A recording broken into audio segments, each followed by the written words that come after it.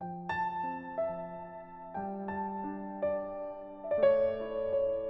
everyone. Welcome to Preterist Papers. My name is Patricia Bailey, and this is the 84th discussion in this series, and it's titled Mount of Olives Split in Half. You can find this free printable 2-page PDF at preteristpapers.com.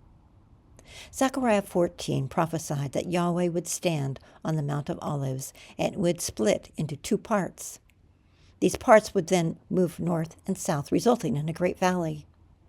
Because the Mount of Olives remains unmoved from its 500 BC location, this prophecy is considered by many to be future to us. We will seek to show these images are figurative and were fulfilled in the 1st century with the national judgment of Israel. We will also seek to establish that the nations fighting in the city of Jerusalem were not the Romans, as is commonly believed in preterist circles, but warring, zealot-led Jewish factions engaged in civil wars. Take a look at number 1. This shows that in prophetic language, mountains represent nations. Here's some examples. Babylon was called a destroying mountain. Mount Zion was the name of Judah. Threshing the mountains was triumphing over nations. Mountain singing was Israel rejoicing over her redemption. Ezekiel was supposed to prophesy to the mountains of Israel. In short, mountains were symbolic for people groups. 2. The splitting of the mountain in Zechariah represents the division Jesus brought to the nation of Israel. Jesus said, "I didn't come to bring peace, but a sword." He said, "Do you think I have come to give peace in the earth? I tell you no, but rather division." The gospel of Christ was divisive to 1st century Israel. Number 3, the conflict of Zechariah 14, the final national judgment of Israel, was repeated by Jesus as he sat on the Mount of Olives in Matthew 24. The book of Revelation is an elaboration of these events. 4. Josephus, a Jewish historian, reported that as the war approached, the Jews became even more bitterly divided. Many knew they could not prevail against the might of Rome, but others suffered from a powerful delusion and hated those who didn't share their conceit. In AD 64, a particularly rapacious and violent Roman governor was installed in Judea who infuriated the Jews with his plunder of the people and temple. In AD 66, fierce fighting within cities and between friends and family members arose, ripping the social order apart. 5. There were Jewish enclaves throughout the various nations of the Roman Empire and beyond. Josephus documented that during the war, Jerusalem was a magnet for radicalized rebels from elsewhere.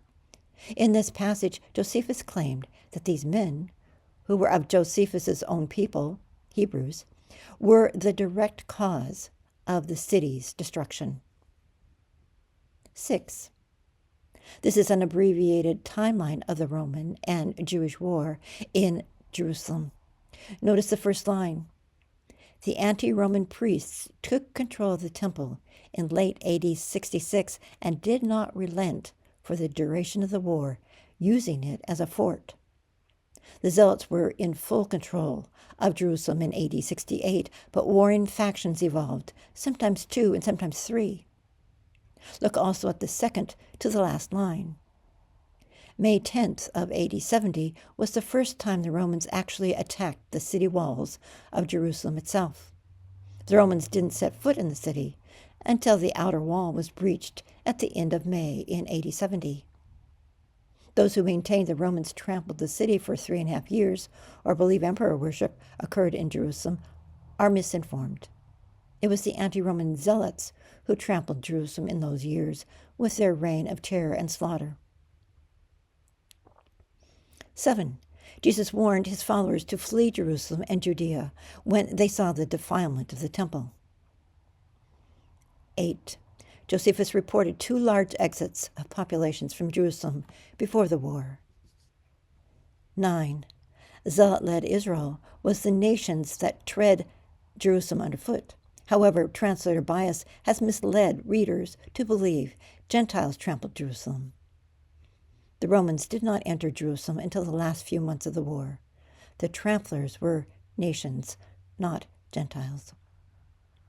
10a contains the definition of nation from BibleHub.com, an excellent resource.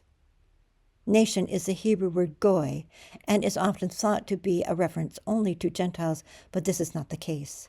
Goy simply means nation and can be used for Israel or Gentiles. B contains a clear example of Israel being referred to as nation and nations. C. Acts 2 states the Jews at Pentecost came from every nation because Jews in their synagogues were present throughout the Roman Empire and beyond. D. In Preterist paper number 51, we showed how Israel was consistently referred to as nations in the book of Revelation. In summary, Jesus split the nation of Israel with the presentation of the gospel. His life separated the sheep from the goats, believers from unbelievers, the humble from the proud. He demonstrated the mercy of God with his death and resurrection, as well as the justice of God with Israel's national judgment, the day of the Lord. But please don't believe us or anyone else, but prove all things for yourself. Thank you for listening.